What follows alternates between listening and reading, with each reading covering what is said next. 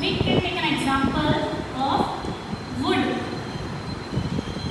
iron, aluminium. They all are different from each other. They look different from each other. But these two are metals. They have some similarity, but wood is totally different material.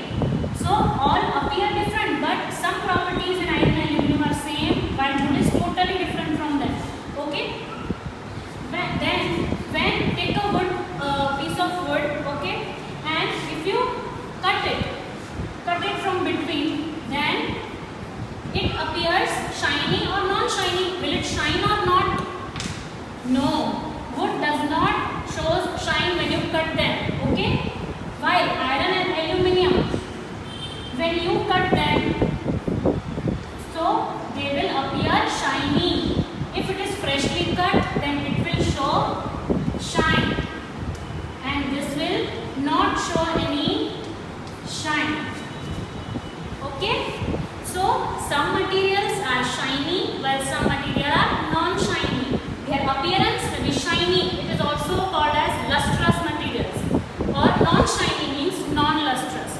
Okay? You can visit, if you want to see practically, you can take a visit to an iron smith and look for freshly cut metal rods, iron rods, like iron rods. Okay?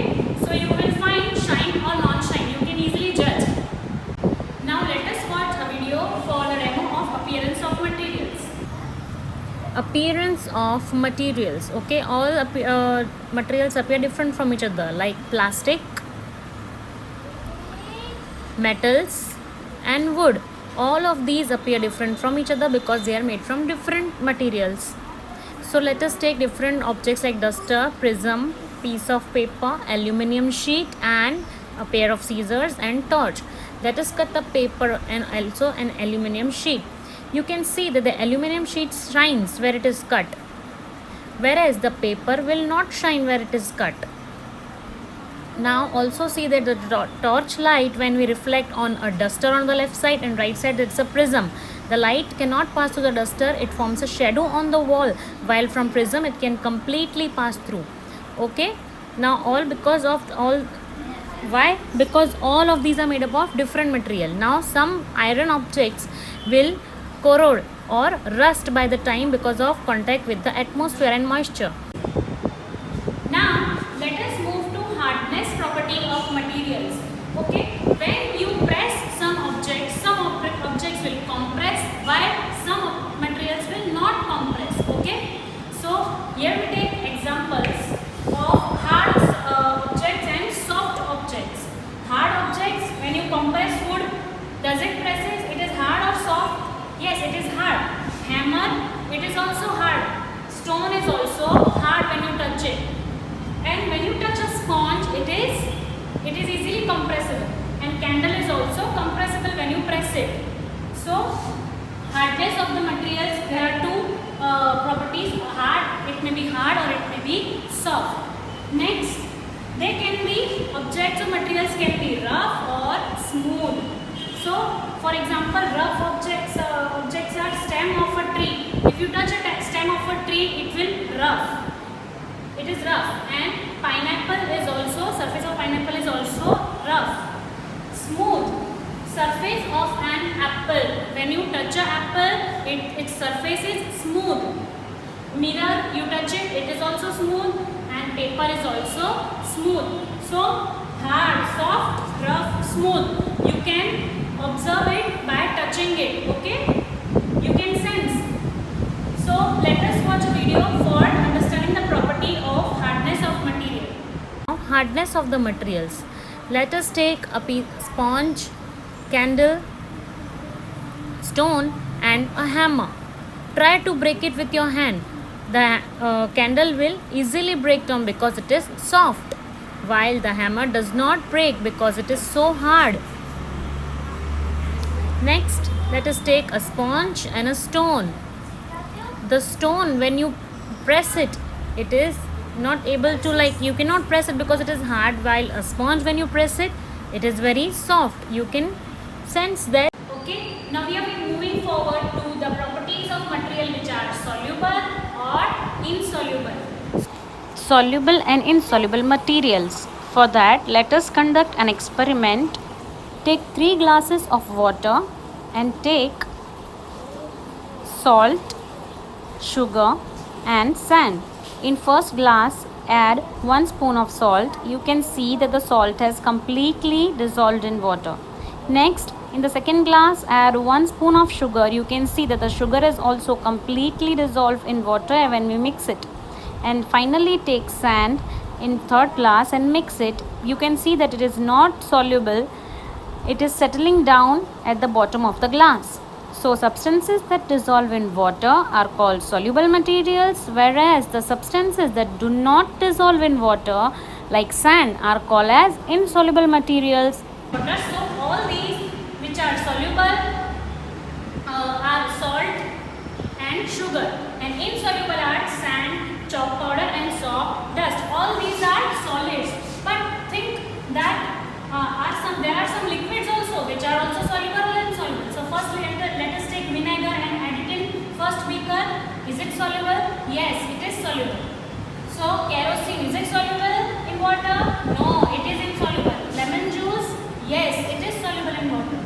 Petrol is not soluble in water, and honey is soluble in water. So I hope you understand this concept of solubility and insolubility. You can also do it by yourself at your home by mixing different substances in the water. You mix it and observe. And we see solid and liquids, and there are also some types of gases which can easily mix with water.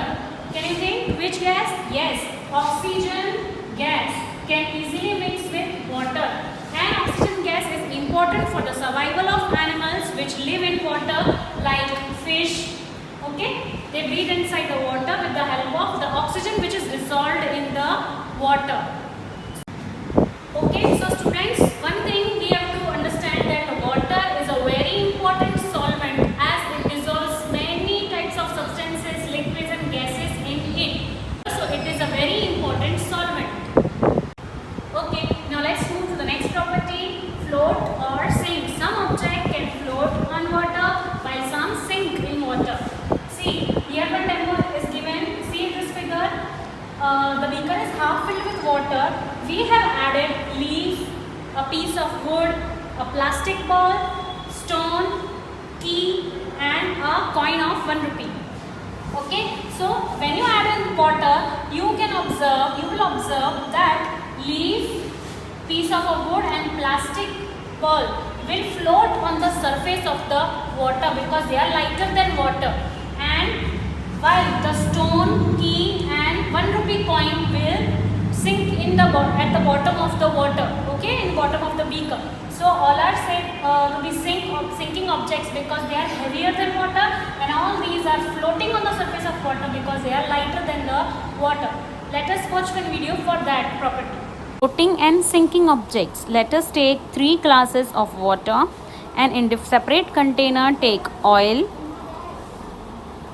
pebbles and dry leaves.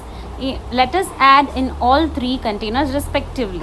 In first glass you can see that the oil is floating on the surface of water, whereas the pebbles are sinking, that is they are settled down at the bottom of water, and whereas the dry leaves are floating on the surface of water because they are light in weight.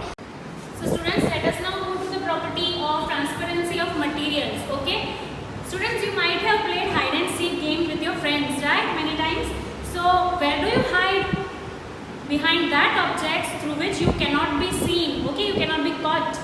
So, but if you hide behind a glass window, suppose you hide behind a glass window, your friend will easily catch you because you are totally visible, your friend can clearly see you through that. So, that objects or materials are said to be transparent. Another examples are glass of spectacles, clear water, air, glass window. All these are transparent through which you can clearly see. Next, opaque.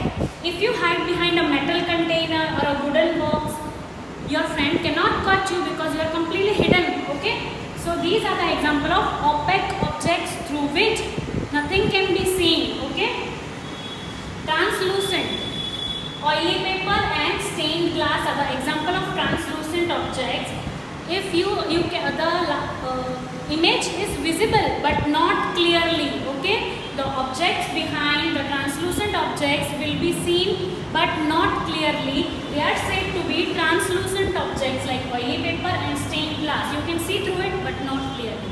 Okay, so I hope you understand this concept. And also these objects may cast shadows or don't cast shadows at all. Transparent object will not form any kind of shadows, okay, while opaque object cast perfect shadows, okay, and translucent will form shadows, but the shadows which will be formed will be fainted, okay.